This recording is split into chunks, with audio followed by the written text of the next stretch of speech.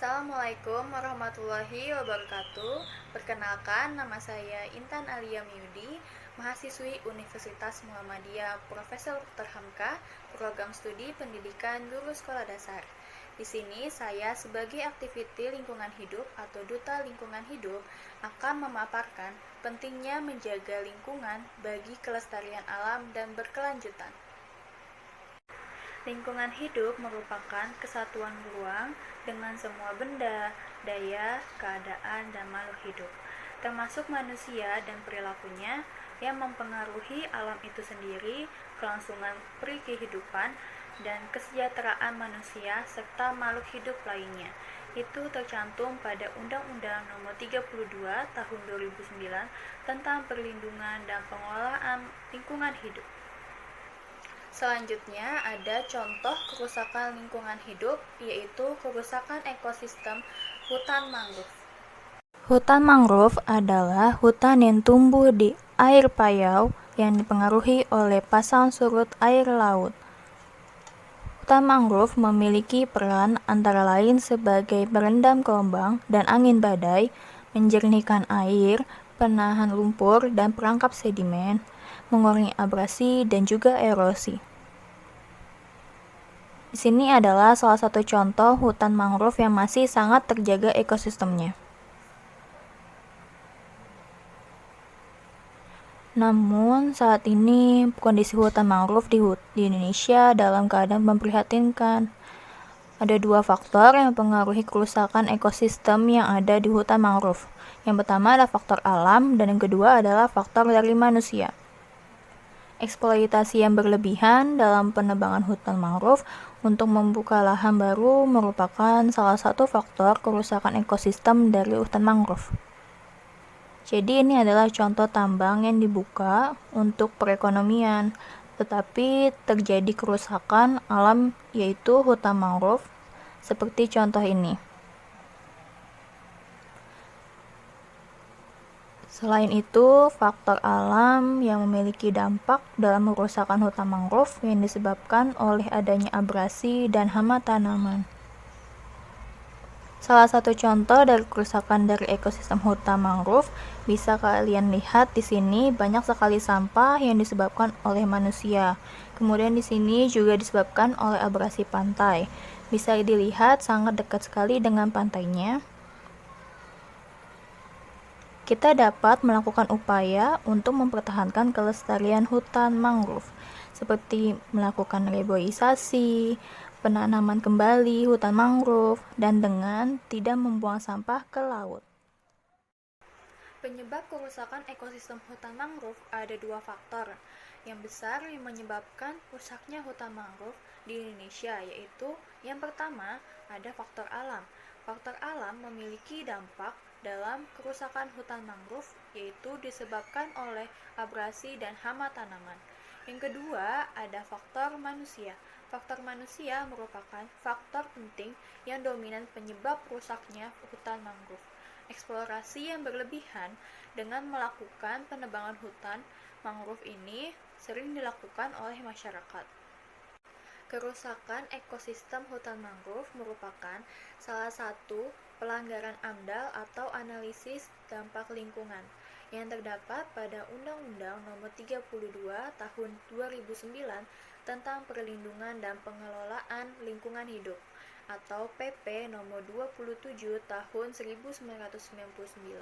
Pengertian AMDAL adalah suatu proses kajian dari suatu dampak besar dan penting untuk melakukan pengambilan suatu kebijakan usaha ataupun kegiatan yang direncanakan di dalam lingkungan hidup atau suatu ekosistem alam.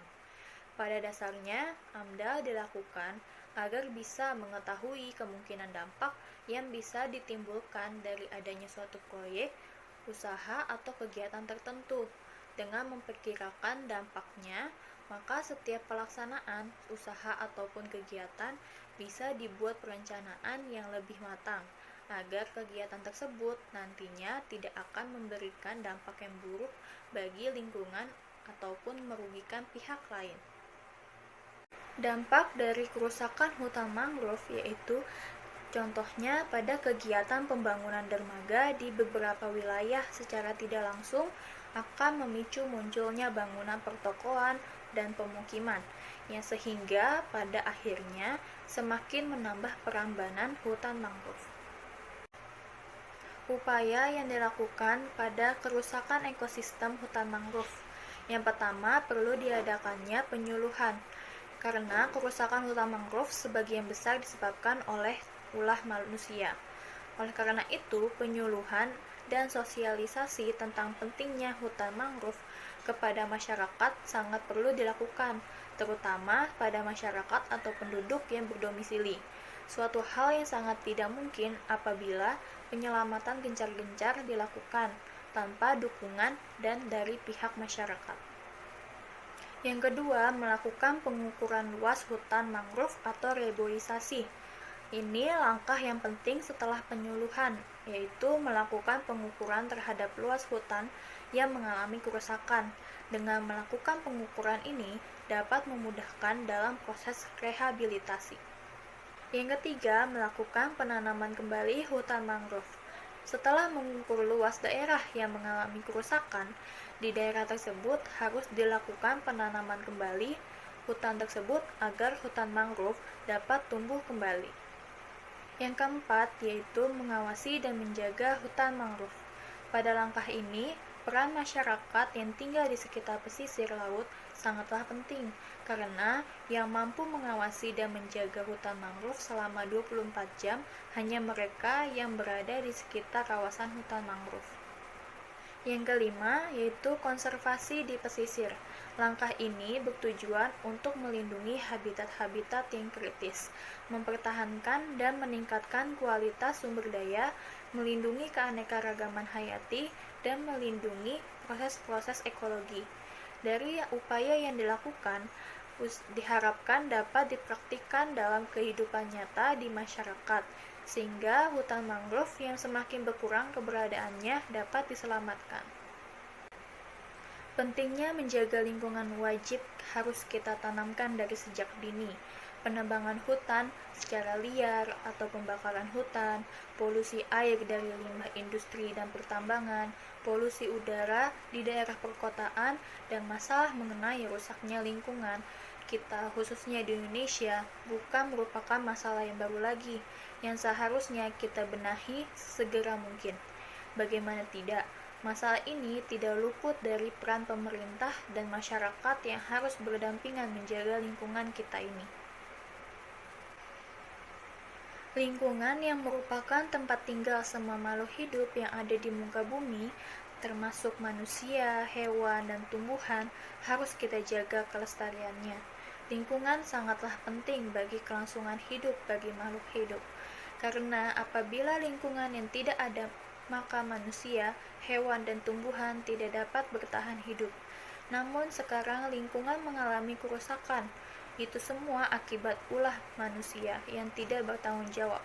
Contohnya, menebang pohon secara liar yang tidak diselingi dengan penanaman kembali, sehingga hutan menjadi gundul dan tanah tidak dapat menyerap air, bahkan pohon tidak dapat menghirup karbon dioksida di udara.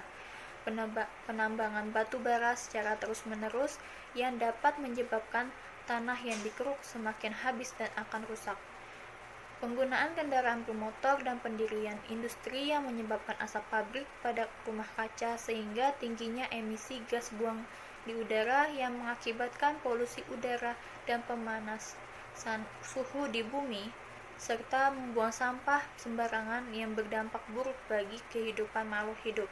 Ulah manusia tersebut berakibat fatal. Mereka berani mengatasnamakan bisnis dan mengesampingkan lingkungan tanpa memikirkan anak cucu mereka kelak. Mungkin berbuat itu sangatlah mudah, tapi kalau mengembalikannya seperti semua sangatlah sulit. Oleh sebab itu, agar bencana alam tidak terulang terus-menerus, kita sebagai manusia yang hidup di muka bumi yang telah diberikan kekayaan alam yang melimpah, seharusnya kita berterima kasih kepada Tuhan dengan cara menjaga dan melestarikan lingkungan ini. Mulai dari sekarang, marilah kita membenahi lingkungan kita. Sekian dari saya berharap lingkungan kita di Indonesia tetap terjaga kelestariannya.